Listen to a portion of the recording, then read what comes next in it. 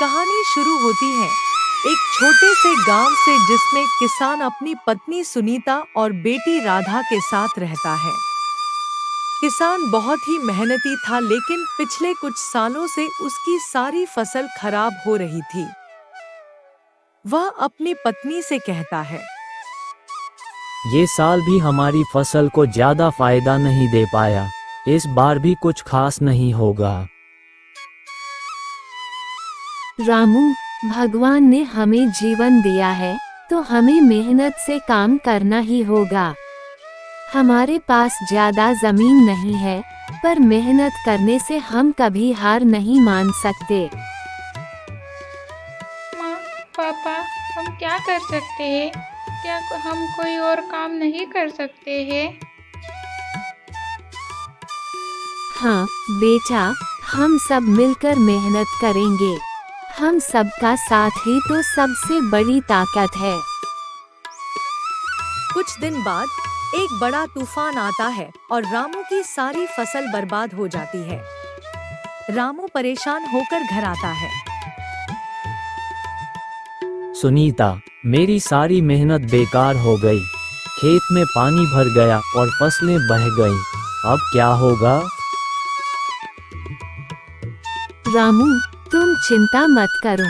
तुमने हमेशा मेहनत की है, इस बार भी कुछ अच्छा होगा। हमें हार नहीं माननी चाहिए। माँ, पापा, हम क्या खाएंगे? हमारा ख्याल रखना मुश्किल होगा, लेकिन हमें साथ रहकर इस कठिन समय से बाहर निकलना होगा। कुछ दिनों बाद रामू और सुनीता ने अपने बच्चों के साथ जंगल में लकड़ी काटने का काम शुरू किया। सुनीता, अब हमें थोड़ा और साहस दिखाना होगा। अगर हम सब मिलकर काम करें तो सब कुछ ठीक हो जाएगा।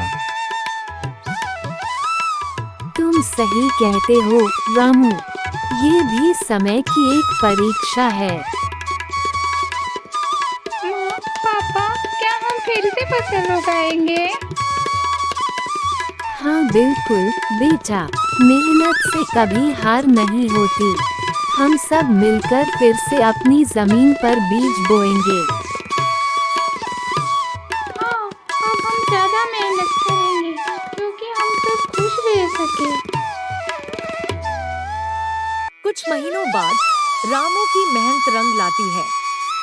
उसे उन लकड़ियों के अच्छे दाम मिले हैं और फसल भी अच्छी हो जाती है। रामू और सुनीता खुश होते हैं। देखो सुनीता, हमारी मेहनत ने हमें फल दिया। अब हमारे पास अनाज और दूध दोनों हैं। हमने कभी हार नहीं मानी। हमारी मेहनत और विश्वास ही सबसे बड़ी ताकत थे।